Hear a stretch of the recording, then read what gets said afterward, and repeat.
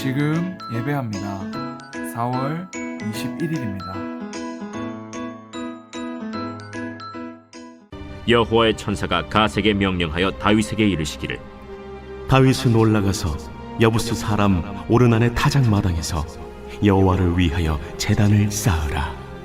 이에 갓이 여호와의 이름으로 이른 말씀대로 다윗이 올라가니라. 그때 오르난이 밀을 타작하다가 돌이켜 천사를 보고 오르난이 4명의 아들과 함께 숨었더니 다윗이 오르난에게 나아가매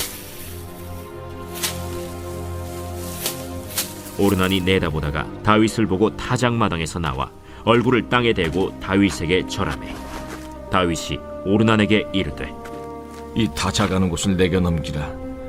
너는 상당한 값으로 내게 넘기라. 내가 여호와를 위하여 여기 한 제단을 쌓으리니 그리하면 전염병이 백성 중에서 그치리라. 하니 오르난이 다윗에게 말하되 왕은 취하소서. 내 주 왕께서 좋게 여기시는 대로 행하소서. 보소서, 내가 이것들을 드리나이다. 소들은 번제물로, 곡식 떠는 기계는 화목으로, 밀은 소제물로 삼으시기 위하여 다 드리나이다 하는지라. 다윗 왕이 오르난에게 이르되 그렇지 아니하다. 내가 반드시 상당한 값으로 사리라. 내가 여호와께 드리려고 내 물건을 빼앗지 아니하겠고 값 없이는 번제를 드리지도 아니하리라 하니라. 그리하여 다윗은 그 터값으로 금 600세겔을 달아 오르난에게 주고 다윗이 거기서 여호와를 위하여 제단을 쌓고 번제와 화목제를 드려 여호와께 아뢰었더니 여호와께서 하늘에서부터 번제단 위에 불을 내려 응답하시고 여호와께서 천사를 명령하심에 그가 칼을 칼집에 꽂았더라. 이때에 다윗이 여호와께서 여부스 사람 오르난의 타작마당에서 응답하심을 보고 거기서 제사를 드렸으니 옛적에 모세가 광야에서 지은 여호와의 성막과 번제단이 그때 기브온 산당에 있었으나 다윗이 여호와의 천사의 칼을 두려워하여 감히 그 앞에 가서 하나님께 묻지 못하더라. 어제 말씀에서 다윗은 사탄의 유혹에 넘어가서 이스라엘 백성들 군대를 전쟁에 나갈 만한 이스라엘 백성들을 계수하게 됩니다. 숫자를 세웠다는 거죠. 하나님께서 약속하신 말씀을 믿지 않고 내가 이걸 내 힘으로 얼마나 준비할 수 있을까를 계산한 것이죠. 하나님께서 이것을 몹시 미워하셨다고 말하고 다윗의 부하 장군 요압도 이러한 다윗의 의견에 반대했습니다. 결국엔 하나님께서 전염병을 내리시고 이스라엘 백성들 7만 명이 죽임을 당합니다.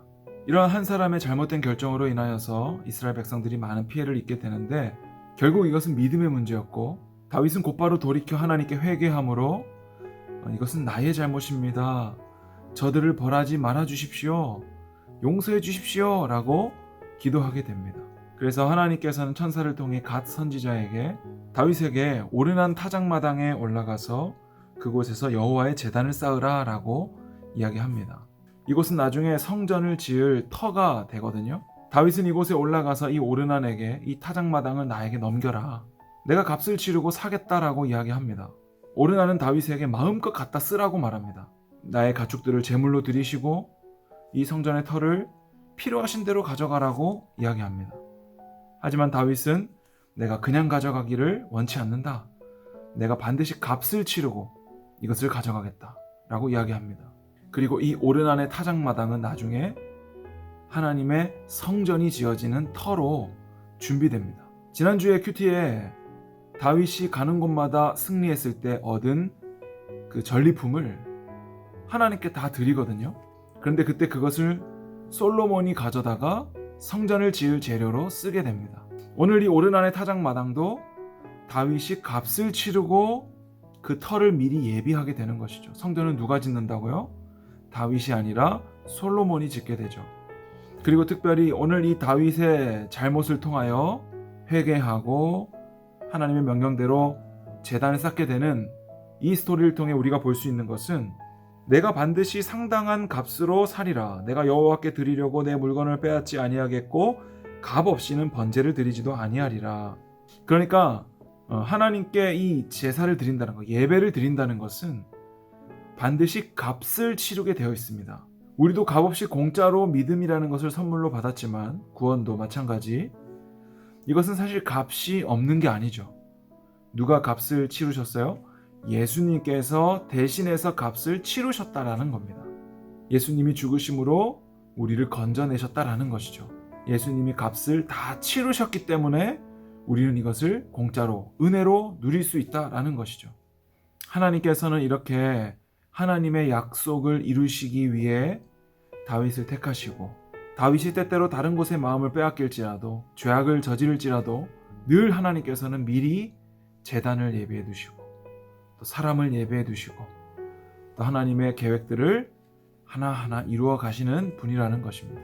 오늘 우리에게 주어진 이 삶도 예수님께서 십자가에 죽으시고 부활하심으로 우리에게 구원의 은혜를 허락하셨기 때문에 우리가 누릴 수 있는 것입니다. 예수님을 믿지 않는 세상 사람들은 육신을 의지하여서 날마다 사망의 길로 가고 있지만, 우리 예수님을 믿는 사람들은 겉사람은 썩어지나 속사람은 날로 새로워짐을 경험하는 거예요.